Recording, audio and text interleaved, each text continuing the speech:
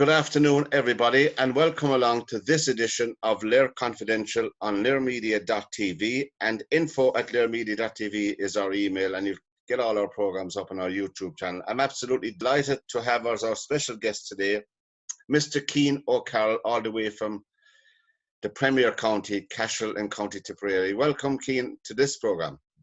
Hi, Pat, and thanks for having me. Great to see you. Now, I mean, you're a Tipperary man. You grew up in Tipperary. Grew up in Cashel. Yeah, 8th generation. Cashel King Cormac's, yes. Cashel King Cormac's. Wouldn't be very knowledgeable, I'm afraid, on matters GAA, but yeah. That's all right. Thank God this is not a GA program, because as we were saying before we started. Got any answers for you? And how many were in the family growing up? Just myself and my older sister. She's just a couple of years older than me, and right. And your mum wasn't there.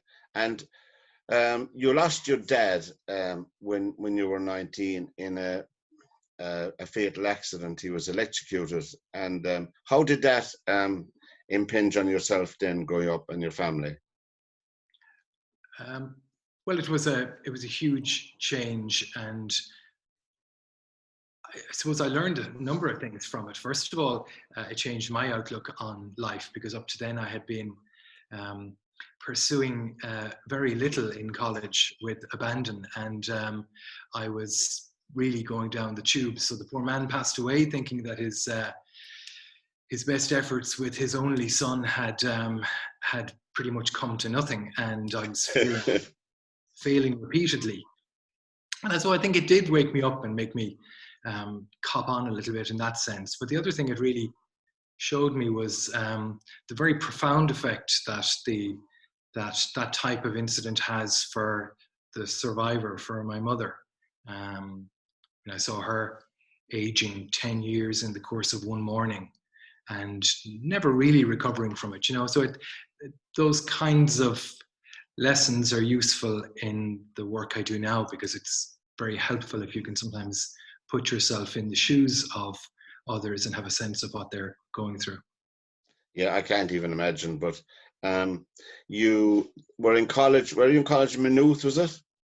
I was doing a science degree in Maynooth, and at that stage I'd gone to college very young. I was only 16 when I went to college. Oh, really? That's very young. Well, perhaps that contributed to my lack of maturity and the very poor performance as a student. But in any event, I ended up doing a 3-year degree over 5 years. So bad was I. And in the end, left with my degree. But by then, through the experience of Dad's death and the civil action, the legal case that my mother took from that, I had now got my first taste of and experience and brush with the law, and was very interested in that. So I was fortunate that my father, who had provided for me really through pensions and the like, he was a very prudent man financially, and that enabled me to go on to further studies in law. And that whole court case, it worked out all right, did it feel? It didn't really, no. It was successful, but what it taught me was that clients are not always best served by their legal representatives, and it also left me with fairly serious scar damage or scar tissue around the area of legal costs. And oh dear. I think that was certainly the motivation for me, having a fairly strict rule that our clients do not pay anything from their compensation or proceeds, even though the Law Society say I'm not supposed to say that, that I do not believe that where a solicitor is paid costs in a case by the losing side, as is the normal process, I don't believe it's appropriate, based on the experience of my family, that they should then have to hand over anything from the redress, which is usually pared back to the very minimum that's required to kind of put them back in the position that they should be in, but for the loss anyway. So they certainly shouldn't have to pay some kind of success fee to their lawyers. So if I got €50,000 awarded to me for whatever it was, that's it. That's all mine. Oh, absolutely. And as part of that award, there may be exceptional circumstances, but I mean, I really don't come across them. The award would include an award of costs.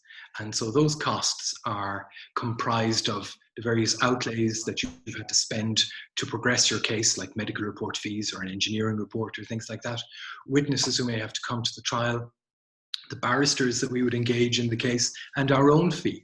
And all those things get put into a big bill and it goes off to the other side. And as you can imagine, it's another negotiation. So things are pitched a little bit higher than you expect to end up at, and the other side then offer you less, and eventually you reach an agreement.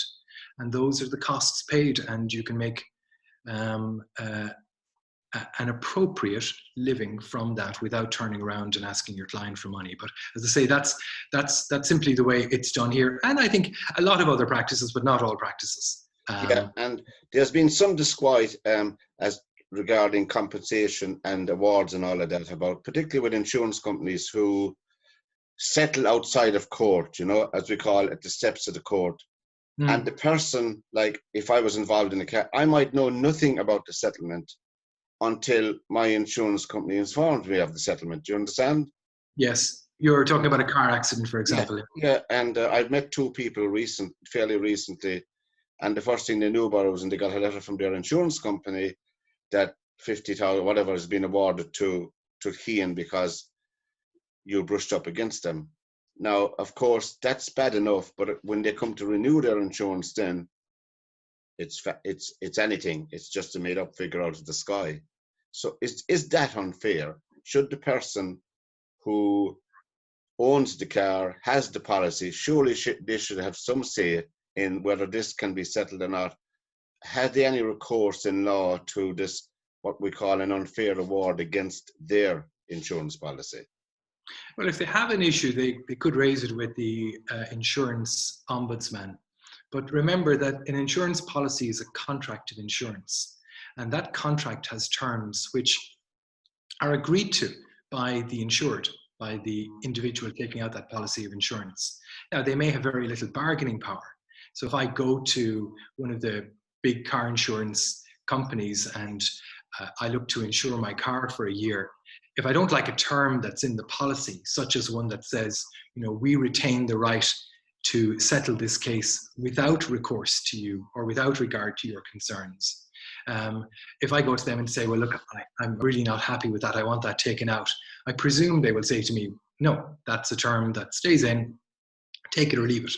So in that sense, if you don't have much leverage in a negotiation, it seems very unfair to you, but it's a commercial operation. The insurance company is there to make a decision. I would say that nobody in my experience gets 50,000 euros for being brushed up against. And while there's an awful lot of talk about the high level of compensation in the Irish legal system for individuals, an analysis of the figures doesn't bear that out. I think my own experience is that more minor injuries and a lot of whiplash injuries tend to fall into the more minor category, thankfully.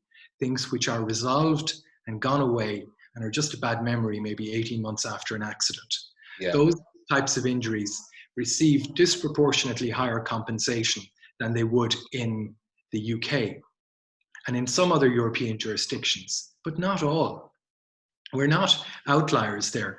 Where it's different, however, is that if you take a catastrophic injury, which is what most of our cases are dealing with, yes, injuries at a really distressingly high level for the people involved, the general damages there, the damages for your pain and your suffering, is capped at 500,000 euros. Oh, I see. That just got reaffirmed by the Supreme Court in the Ruth Morrissey case, because the state was arguing with laboratories that it shouldn't be even 500,000, it should be 450,000. And that means that a person who, for example, has been injured maybe they've been struck by a car as a pedestrian and they're paralyzed from perhaps the neck down.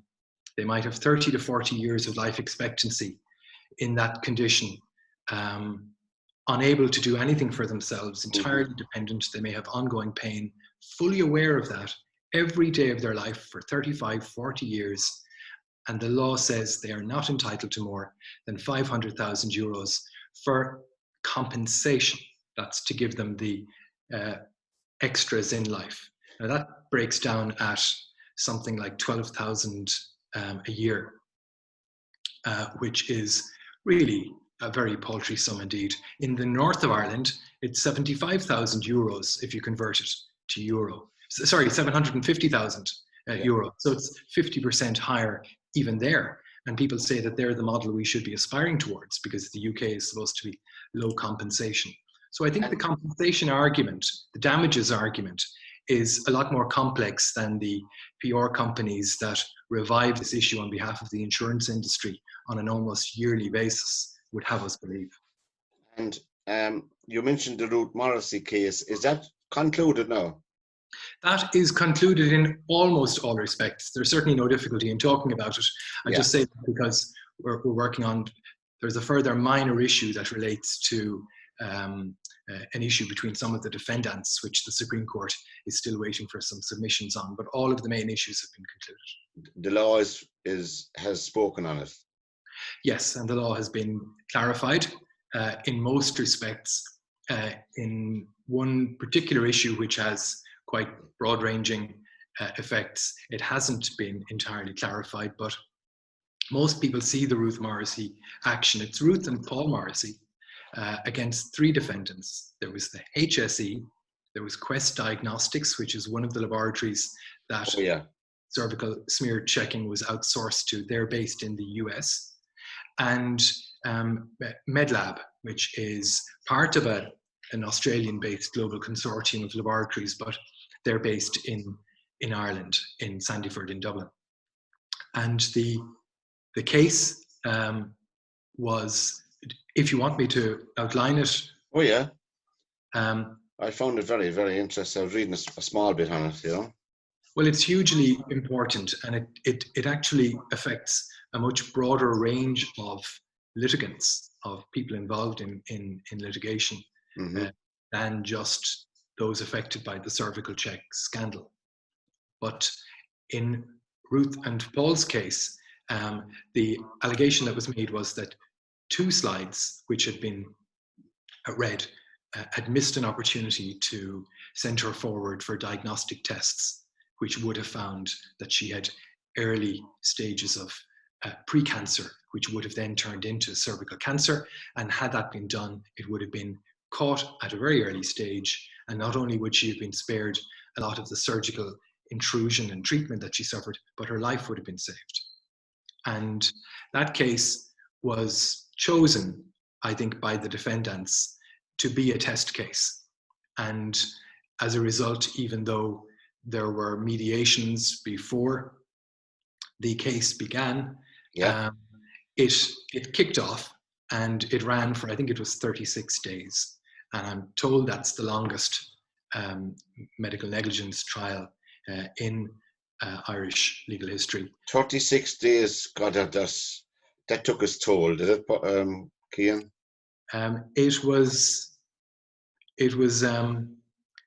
It's difficult, you know, continuing with the case through that.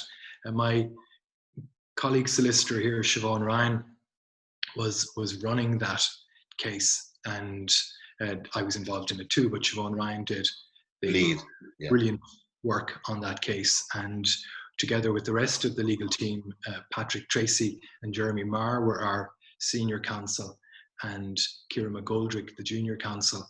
And just as a team, everybody worked well. Our clients were wonderful, Ruth and Paul, very courageous, never demanding, and always encouraging, and quite a grateful or a thankful couple as well. Thankful for all of the good things they have in their life, and then thankful for the work that was being done, put into that important case, which is nice to be acknowledged. Anyway, the trial concluded with the judgment of Mr. Justice Kevin Cross, and that was a resounding victory for Ruth and Paul Morrissey. However, shortly after then, almost immediately after, one of the two laboratories announced, like a reflex, that they were appealing. and the other two defendants also appealed. So normally the course is to appeal to the Court of Appeal. And then if there's an issue with the Court of Appeal's judgment, a legal issue might be referred on then to the Supreme Court. Yeah. In this situation, because Ruth was so gravely ill and it was already being treated as an extremely urgent case, the Supreme Court was asked, would they accept it in the first place and jump over or leapfrog the Court of Appeal? And that's what happened. So the Supreme Court then, back in December last, had set aside 3 days for legal argument on that. And there were very detailed written submissions, and that was concluded. And then in, I'm struggling to remember, was it March or April of this year? And, every day is the same since February. Well, we weren't there for, so the courts had their access restrictions in place. So it was probably late March. And again, it was a resounding success for Ruth and Paul. And most importantly, the Supreme Court, I think, clarified how you look at the test when you're considering whether a screener has done their job properly in cervical screening. And there had been a lot of debate within the medical profession in particular following Judge Cross's High Court decision, where he had said that the test was, as a shorthand expression, was one of absolute confidence. And a lot of people came out and said, doctors can't have absolute certainty in anything they do because it's not a matter of certainty. And that's correct.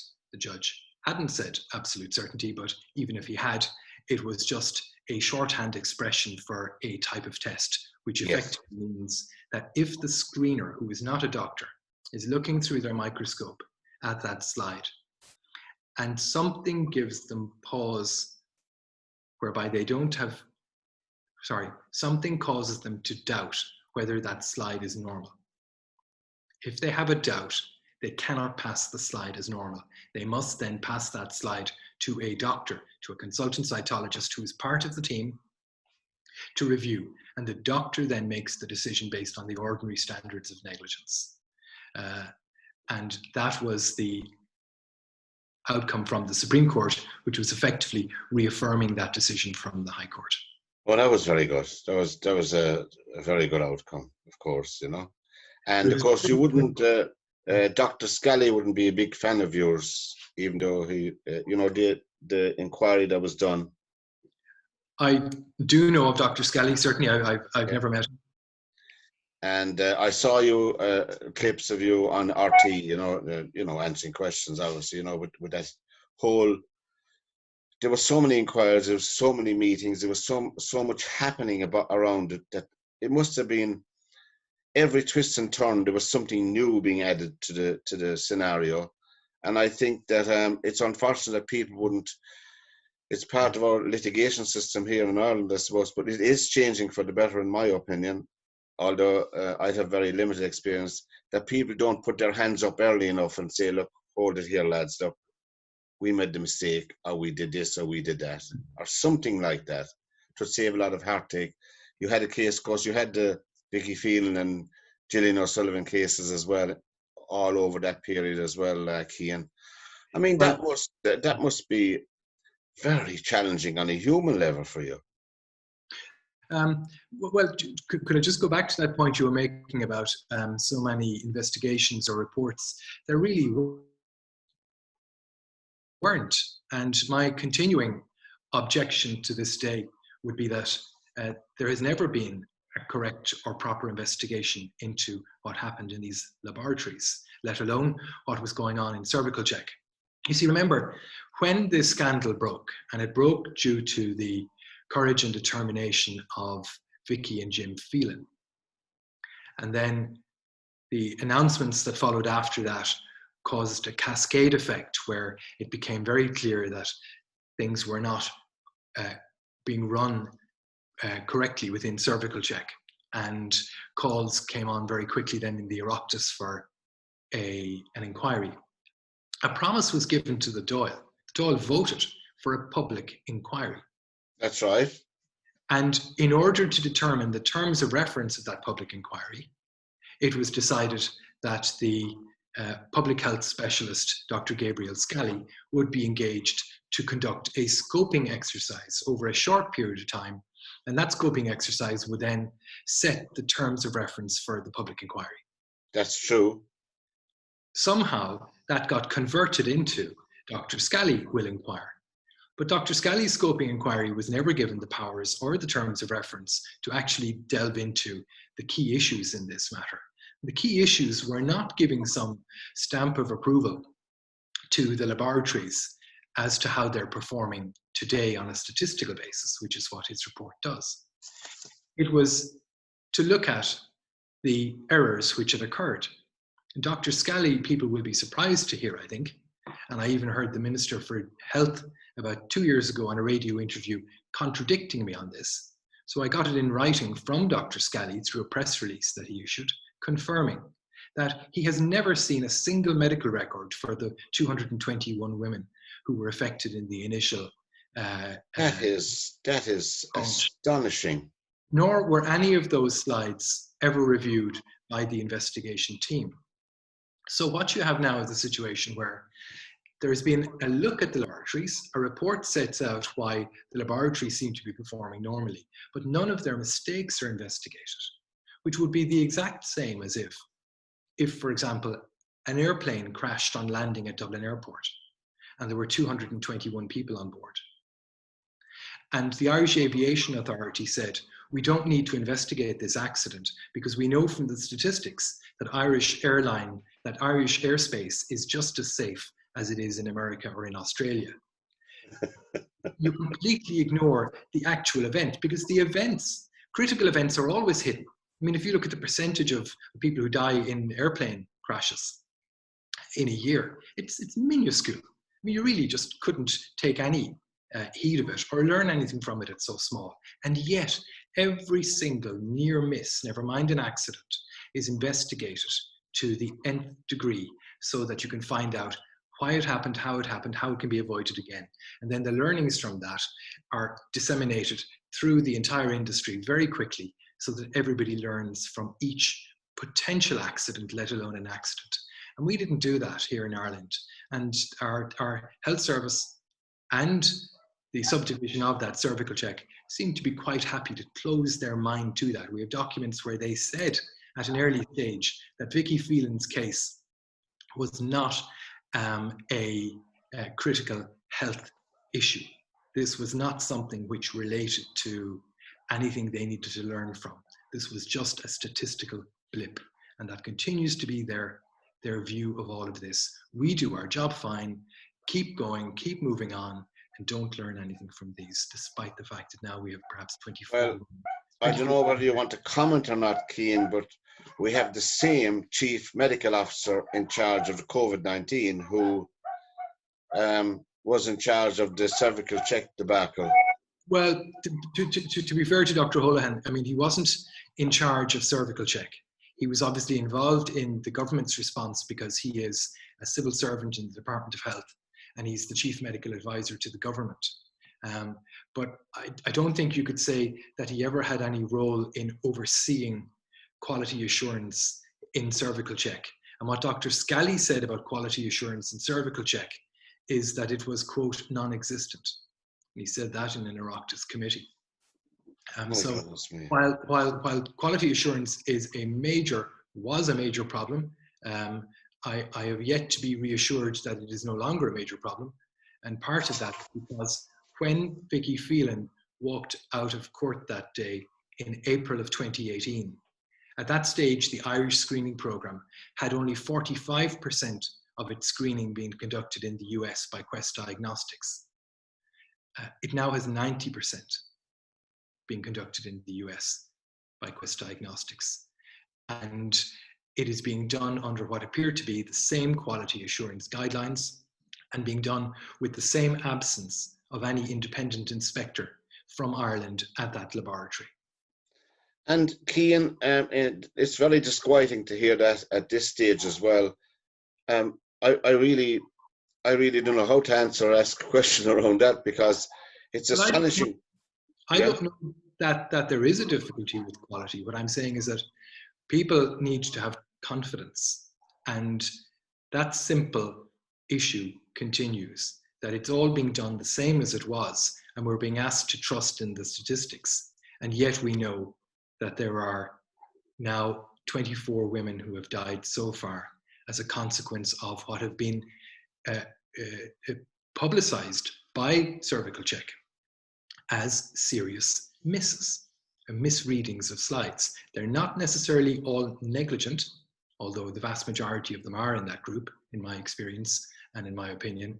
But I can't say that they're all negligent, but they have all been found to be opportunities that were missed to lead to an earlier diagnosis. And as a consequence, that many women have died, and all the others have been very seriously harmed, very seriously harmed. So what would be your opinion today on the cervical check screening setup that we have right now today for women going to this? Would you express confidence in it at a small, medium, or large level? I think what's happening at the moment is good, which is that the state is moving towards a national laboratory which will return cervical screening to the state sector. And I think that there is a problem when things are being done far away. The state prior to 2008 had a network of about 14 laboratories who were all engaged in cervical cytology. And as part of the creation of Cervical Check in 2008, 13 of that 14 were shut down. And the scientists who were working in those laboratories and had expertise in reading cervical cytology, no longer having cervical cytology to work on, they moved on to other areas. Oh, I see. Lost. Yeah. So as a consequence, Ireland could never compete again for these contracts that were being handed out. It had to go out to the private sector. And as I said before, that was principally to that laboratory in Sandyford and the ones in the US. Without proper oversight of those, as noted by Dr. Scally, problems arose and issues with quality assurance weren't being detected, let alone acted upon back home in Ireland. We don't have enough reassurance that that is no longer the case for me to make any bold statements. But at the same time, I have no desire to be raising alarms over something which you would have to assume, even if only because of litigation, those laboratories were being perhaps extra cautious. There has been so much attention focused on those mistakes that one would have to be hopeful. But there is one major continuing problem that I see with the way that program is being rolled out in Ireland, and that is the audit. There was an audit being done within Cervical Check where women who were diagnosed with a cancer following a LíR smear were being flagged quite correctly, and their old smears were now being pulled and looked at to see, did we miss something here? And right. That's how the 221 women were identified. It was through that audit. That audit was stopped immediately after Vicky Phelan's judgment, or case rather. It was a settlement, not a judgment. But immediately after that, the first action that Cervical Check took was to stop the audit. Now, they said it was because they hadn't been disclosing properly to women the existence of the audit, and therefore they needed to figure out how to do that before restarting it. But we're 2.5 years on, and it still hasn't been restarted. Really? During that period of time, over 700 women have been diagnosed with cervical cancer, and none of those have had the benefit of an audit to look back to see was an opportunity missed to diagnose them earlier. And I think that there is an incentive for the screening program and for the HSE and even for the Department of Health to delay the restarting of that audit, because they don't want to have to acknowledge that there are probably quite a large number of women in that group who have been diagnosed over the last 3 years, say, with cervical cancer, who have not had an audit, and yet who will be found to have had a missed opportunity earlier in their care. And I think that's very wrong. We shouldn't have a situation where the state is trying to present itself as being really interested in open disclosure to women, while actively denying anybody who's been diagnosed in the last 3 years from finding out if they were failed. And just before we finish the cervical check scenario, to clear up in my own head, so my test, I go in and get my test done. It's sent off to the laboratory in America, and I presume they all come back somewhere for checking for results. The results come back. Where did they go? But interesting. For example, you go to your GP. A sample is taken using a brush and placed into it into a vial.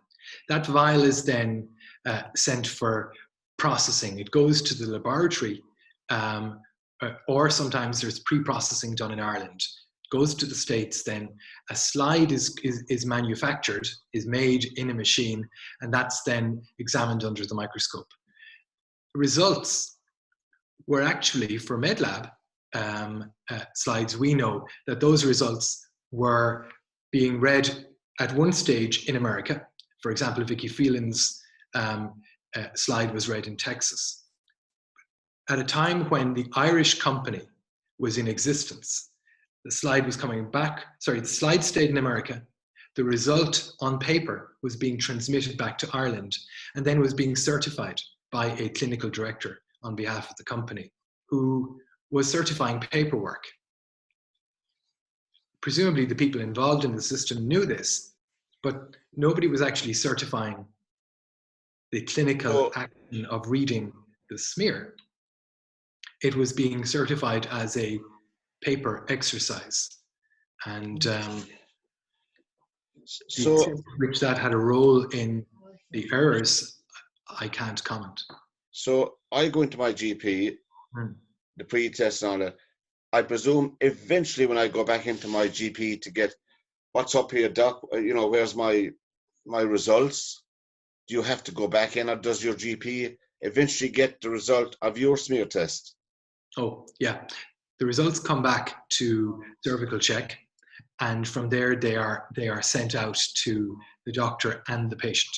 So the woman receives her results on a letter from cervical check telling her that your result was normal, and then depending on age, told really what the next interval will be for. So you will be invited to come back for another smear in, say, 3 years if you're a certain age. And if there was an abnormality, well then depending on the degree of that abnormality, there will be a different direction as to what should happen. Either come back in 3 months for another smear, or 6 months for another smear, or it may be to come in for an examination of the cervix using a microscope called a colposcope in the process of colposcopy. And that's how a diagnosis is made. So the smear doesn't diagnose cancer. Yeah, I know that. It's just picking up you. Yeah.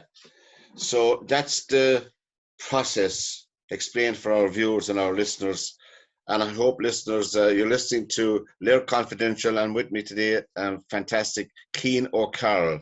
Now, Cian, can a 13 or 14-year-old citizen of this republic be arrested on the street and taken into custody? Yes, they can. And the circumstances under which they can be detained are quite limited.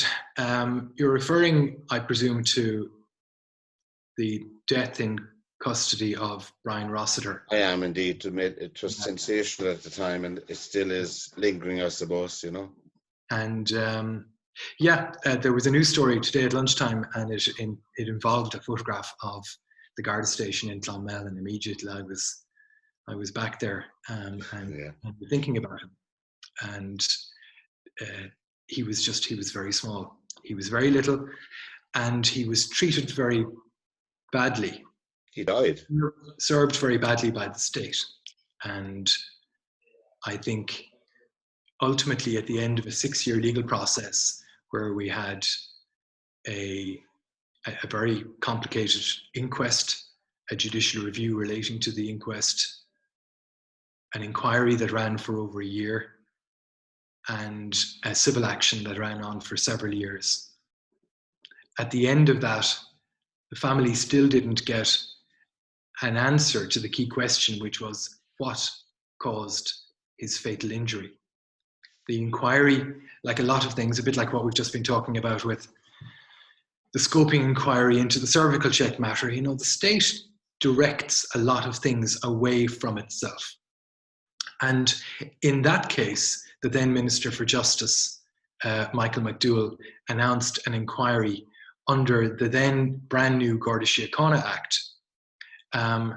And problems were pointed out with the way that was going to work. And then suddenly it was going to be under the Dublin Metropolitan Police Act of 1928 or something like that, a 100-year-old piece of legislation now, which was really just a disciplinary mechanism against Gardaí. And as a disciplinary mechanism, they had to be charged with certain offences. And then the inquiry was to look into that. Right. And one of those was effectively accusing them of assault. And how do you prove assault against people? You have to have a high level of evidence at the criminal standard, which is beyond a reasonable doubt. So those Gardaí were put into an awful situation, because anyone who's accused of something as serious as that wants to clear their name. And that's right. It's very difficult to do that. The family were put into an unfair situation because they didn't have a mechanism now to inquire more broadly. Not that they should have been the ones inquiring, of course. The state should have been inquiring. Absolutely, yeah. They set up this thing where basically we were the plaintiff and they were the defendants. And I know it was very, very difficult on the family. And I also know it was very difficult on those Gardaí because they were named and they were known to have been involved. And I think it was largely because they were on duty. But was there, sorry, Cian, for cutting across you, just to emphasise for our viewers, Brian Rossiter was 14, just to emphasise. I think I mentioned 13 or 14. Brian Rossiter was 14 when he was arrested. But surely, in Gardaí, I'm an ex-civil servant myself, so I have a small bit of understanding. There was somebody in charge of the station that night. Surely the person in charge would be held responsible for the actions of the Gardaí. Sergeant in charge. Yes. The difficulty there is deciding what were the actions and what were the consequences of those actions from the night. So I'm trying to be fair here and not take advantage of a situation where one could just, we've moved on 14 years, people have clouded memories of these things, and I don't want to give the impression.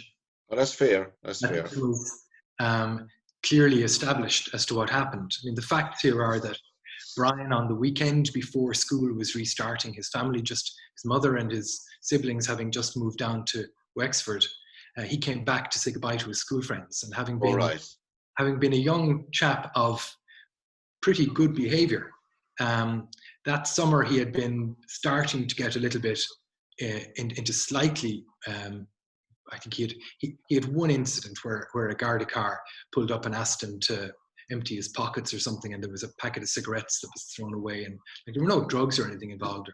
Yeah. Like very minor stuff, and he was probably just a normal 13 to 14-year-old. Hormones going wild, yeah. Yeah, and he's just starting to enjoy a bit of freedom in his life. But he came down that weekend and was staying with his sister, and he did go out and have a few drinks. Well, they were drinking out of plastic bottles of cider, but he wasn't that intoxicated. One of the other boys broke a window in a shop, and everybody ran. You can imagine the scene, screaming and roaring and whooping up the street, and they ran off. The guards followed, and arrests were made. 3 boys were arrested and taken into custody. Now, I have a video of one of those boys saying the following morning when he's being interviewed, and he's asked, where did he get these marks on his face? And he said, I was beaten. And he's then asked, and who beat you? And he kind of looks quizzically and says, well, the guards did. The answer to that from the questioning Garda is, oh, I doubt that very much. Now, the other boy in question who survived that night had also made allegations of being assaulted. Brian Rossiter did not wake up in his cell the next morning. He was found to be seizing. He was having seizures, and a doctor was called, and it wasn't possible to revive him, and he was transferred to the local hospital, and from there to the neurosurgery unit in Cork University Hospital, where that was Monday morning, I think, and it was Friday when his family were with him when the machines were turned off. So there were many, many issues in the case. Most of them got clouded. Most of the witnesses involved were teenagers, and they don't tend to make great witnesses or great historians. And what happened that night is not likely that I will ever know. But we do know that he suffered a head injury, which was argued to have been caused by an assault where he was beaten by an adult, a young adult, 2 nights earlier. And really the entire case turned on whether it was a credible explanation for bleeding to death on that Monday morning in a cold cell, that he had been struck to the face 2 nights earlier. Now, Cian, the autopsy, what was the finding of the autopsy, the inquest into Brian's death? What was the cause of death, rather, written on the death certificate? It was a factual account of a head injury. So it was clearly caused by a skull fracture to the left temple area, and that led to the rupturing of a delicate blood vessel in the wrong place, and that particular blood vessel caused him to die from internal bleeding within his brain. It did not go into issues of guilt, because inquests are prohibited from making any finding of either guilt or innocence. An inquest, a coroner may not absolve anybody of blame or attribute blame to any person by law.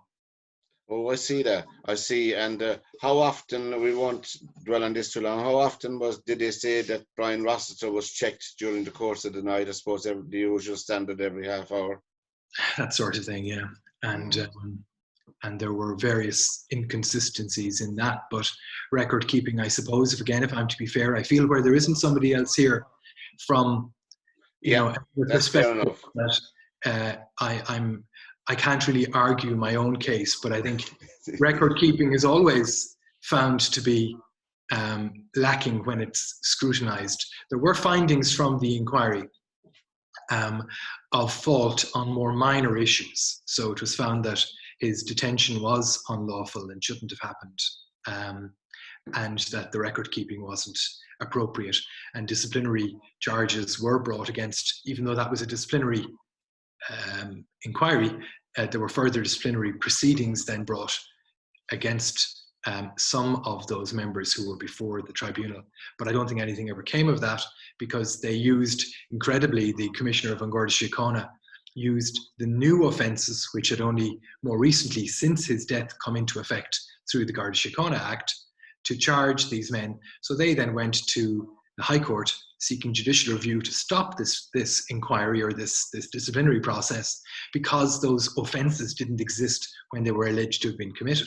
And I think a first-year law student would have said that that was going to be the outcome of taking newer legislation. You cannot charge and seek to convict me of a crime that I'm supposed to have committed last year on legislation that only passed yesterday. And that hasn't been successfully done, I think, since Henry VIII with his laws of attainder. That was a bit far back, all right, yeah.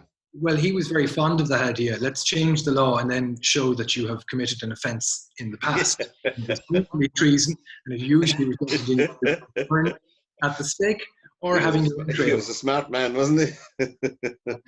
But power is a dangerous thing. The only thing I want to clarify in my own head is, and it is all very, very sad anyway for everybody, particularly for Brian, obviously, and for his parents and his immediate family. But getting back to the idea of, you often see headlines in our newspapers on a daily basis, young thugs are out of control and they throw stuff at guard cars. Now I'm after learning today and that juveniles can be arrested and detained, you know, and why isn't it used so more often when you see young thugs in a state causing havoc? Juveniles can be arrested and detained, and one of the positive results that came from that series of cases, there were apologies that were issued to the family as well, of course, from An Garda Síochána, but you know, that is not to say that there was an admission of responsibility for Brian's death. The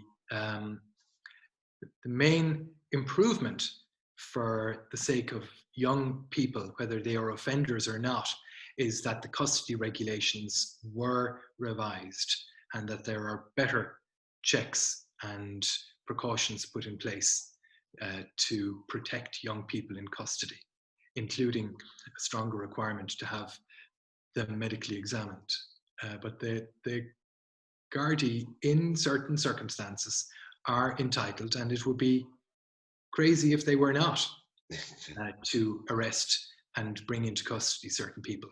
What happened on that night was different, and that is that having arrested these boys, the Gardaí then sought parental permission to keep them in for the night to teach them a lesson. Oh, I have you now. If they arrest minors in the normal course of events, are they obliged legally to inform their parents or guardians that they have them? Yes, absolutely. Immediately or after a period of time? Well, it's at the earliest possible opportunity, not allowing for any unreasonable statements. But can any statements that they may make before their parents, guardians are informed, can they be used? No, I think there may be extreme situations in many. We're getting into the area of hypotheticals here, but the Gardaí would be very, very reluctant, I think, to try to take any kind of formal information from a young person in the absence of a guardian and in the absence of some legal advice being given to those persons. But you can always have a situation where somebody is, you know, taken out for a cigarette break to the yard, and at that point they have a conversation with the Garda where they, for example, admit their involvement in some criminal activity. Yeah. And will be noted down and will be used against them. And that is a common enough issue. But I should say that the days of my criminal defence practice are long gone. And these things change. And I wouldn't like to give anyone the impression that I am speaking with some sort of legal authority on these matters anymore. I'm getting increasingly uncomfortable talking about criminal law matters. So yeah, it's right. And Cian, as you know, Cian O'Carroll is with us here on LíR Confidential on LíRmedia.tv, and info@LíRmedia.tv is our email if you want to make any comments. And we're delighted to have you, Cian. Before we finish up, the ongoing case that's with you on against Dupuy in the hip implants, the hip cases, so to speak. How is that progressing? Well, that's been. I was going to say, well, it is. It's something of a saga in that the whole series of litigation that developed out of this defective metal-on-metal hip implant, yeah, which came to public attention and worldwide attention with a recall of the product by that company, Dupuy or Dupuy or Dupuy. Various pronunciations. I've generally stuck with Dupuy, but people correct me. That began in 2010, goodness. And there was a recall at that stage, and then people were notified. And arising from that, we got involved in quite a lot of those cases. And because we brought the early ones, and we brought all the first case all the way through trial, and we had all the early trial dates, I suppose we had a really good seat in the cockpit to see how something like that works against a major multinational. Probably helped us later in dealing with the laboratories involved in cervical screening. But Absolutely, you are up against a big, powerful, wealthy, multi-billion-dollar a year adversary, and they have those muscles that they can flex. But at the same time, we have a really brilliant legal system in Ireland. And I'm not saying that we have really brilliant, representatives for people. That's not the point I make. I'm saying the system is incredible here in that it is so fair that most of our clients in another jurisdiction would probably face huge obstacles in getting access to justice with the very best representation available from the finest barristers in the land, and being able to put together international expert opinions to be able to mount a challenge against these types of entities who would be protected by their wealth in other places, and they are not protected by that wealth here. And it's a real system where David can regularly take down Goliath. Well, I mean, that's a fair point. And how, who makes the initial assessment? Like I go into you tomorrow in your office, and who makes the initial assessment that there is a case to answer by Dupuy, we say? Well, I can say that we do on a very superficial level, and then you have to get expert opinions to advise you. So often in an issue like that, or for example in cervical check cases or breast cancer cases, you're working on the body of experience that you've built up. So you know that there are certain features that you've experienced in the past which were suggestive of poor care or suggestive of negligence. And so you're probably filtering through for those in the first place, looking at medical records and listening to the person's history.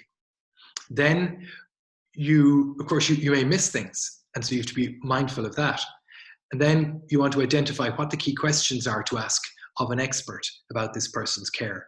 You're not just taking the ball and throwing it to them and saying, you figure it out. You really are trying to interrogate the questions on behalf of your client. Right. And then you send that to the expert. And an expert in that area needs to be somebody at a pretty high level in their own chosen subspecialty. And usually now I'm talking about a medical negligence situation. Yes. The Dupuy ASR hip implant wasn't dealing with medical negligence, at least in the vast majority of cases, because the implants were put in correctly. The problem was in the design and manufacture of the implant. So it was a product liability case. And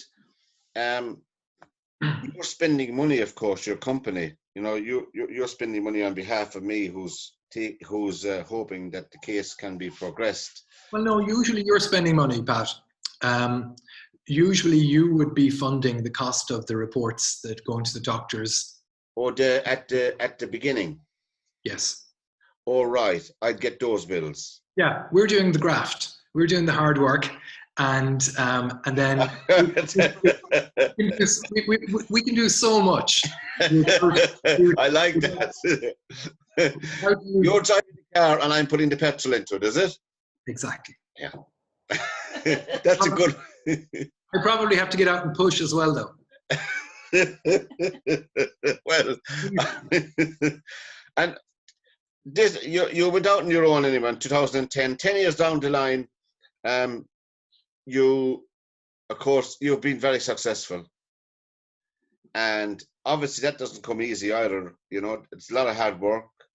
And how do you look back at the last 10 years, if you can assess it, Cian, of your own business? The last 10 years, well, it's all a continuum, isn't it? I mean, it starts off with your training and the earlier part of my career. I mean, I got a great training from my old master, John Lynch, who was a solicitor in Clonmel. Yeah, I was reading what he said in glowing terms about you. when you left? In a newspaper profile. Mm-hmm. Yeah, I actually also spoke about him in glowing terms, but they didn't write those down, unfortunately. No. And you know, you can't be trained and well trained by somebody that you had at one stage an almost father type approach towards, without some level of emotion being there as well. So Of course, yeah. I worked for him then when I qualified, and then I was all the time learning. And then we were partners for a time, and then I was out on my own then in, as you said, 2010. Yeah. So you're picking up things all the time, isn't that how we all? Yeah, absolutely. In life, you're just learning as you go along. Well, it was Mary. When Mary informed me that you were coming on our show, we were absolutely delighted. Now I knew I'd seen you on television, obviously, but you know, you can't make an assessment of a person on television in a 2 or 3 minute clip, you know, and stuff. I read up a bit about you, but I think that overall, there's no doubt about it that you are doing good in a crowded space around the place. You know, you are doing excellent work, and I think you have to be applauded for. It's all very fine to be looking back at the end of a case, but you don't know, as you know yourself, you don't know how it's going to turn out when you go in the door. But you have to be applauded and acknowledgement given to someone like you on a human level to take on these appalling cases that we all read about, you know, and that we put on our newspaper. But you carry those cases for years and years with you, you know, and your firm, and it's a testament to the humanity behind all the trauma that you faced in those cases yourself, you know.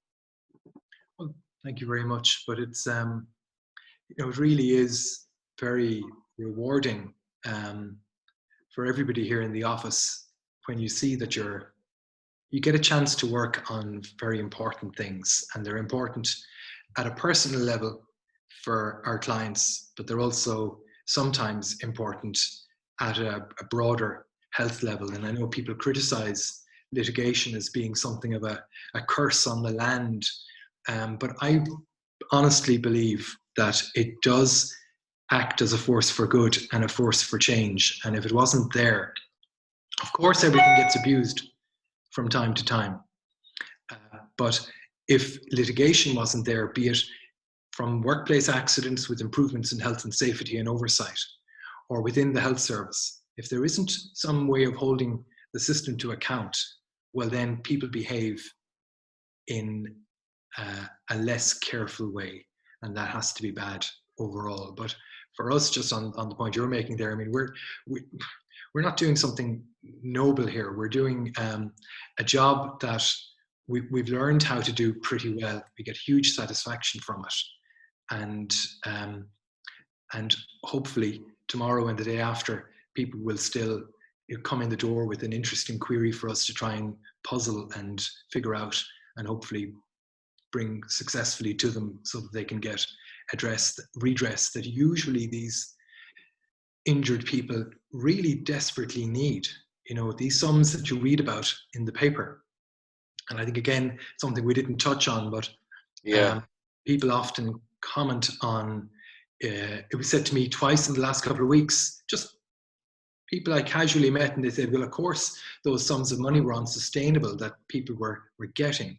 The new phrase is payouts, which drives me through the roof. No, they're not payouts. No, they're not payouts. This is not winning the lottery. No. This is somebody who's dying usually, and they're frightened about what's going to happen to their children. And if we go back to the case of Emma Mhic Mhathúna, God rest her soul, that was obviously a very substantial sum that a lot of people commented on at the time. There was a settlement there of 7.5 million euros.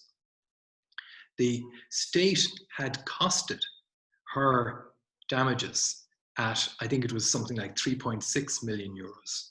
And so the dispute in the case was over the difference, but they costed it on the basis of foster care for her children.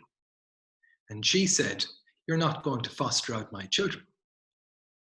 So the cost, in order to keep the family together, involving care, property, all of the different elements that come together, not to make a stab at it, and at least keep a family of children together, comes at a cost. And what they did in that case by saying that foster care is appropriate will always, I think, stay with me.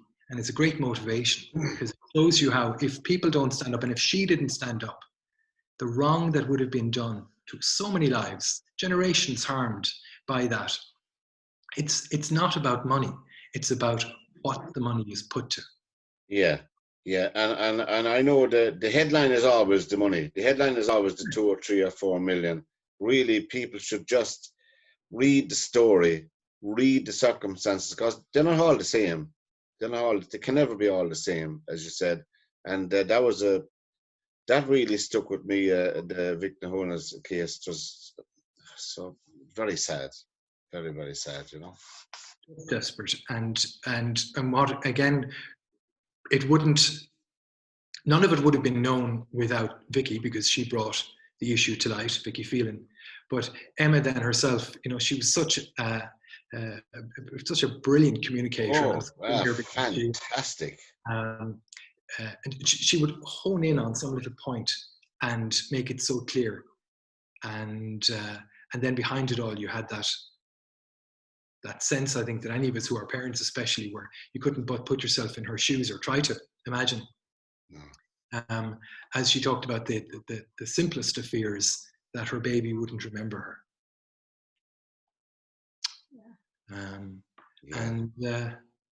So there's no money. No, I don't care, and you probably agree with me, Cian. There's no money can pay for that. Oh God, no. But that's, and again, we're back to that point. The damages are capped at 500,000 euros, no matter how severely you were harmed, and all the rest has been calculated carefully by experts on both sides to work out how much does all the other stuff cost. The nurse who's going to be there by your bedside at 3 a.m. because you can't use your arms and your legs. The hoist to get you out of that bed so that you can be washed. All of those things come at a cost. And that's what makes up these large sums in catastrophic injury cases. The medical care. It's medical care. It isn't, there's nobody going around in a sports car. Oh, absolutely not, no.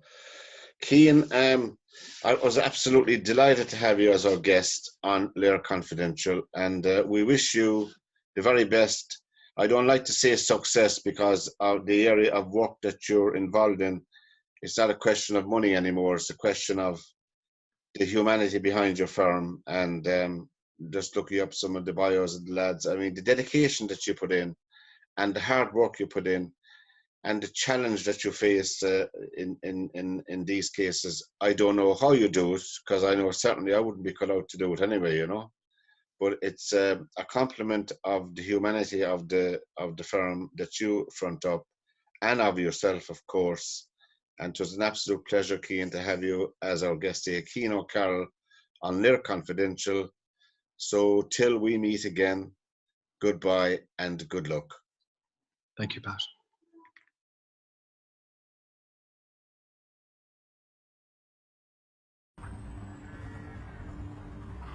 I'm very proud of the work we do here. People come to us with a problem. Either they or a loved one have suffered harm from the medical care that they received, and they're looking for answers. Either they haven't received any, or they don't believe the answer they did get.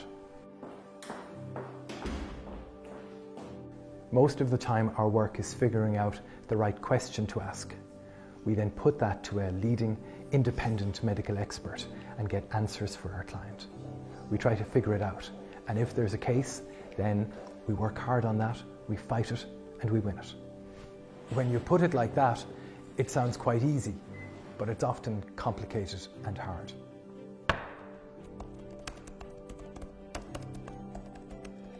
We have a great team here, a friendly and happy team, and I think we all share that common interest in winning and getting the best result for our client.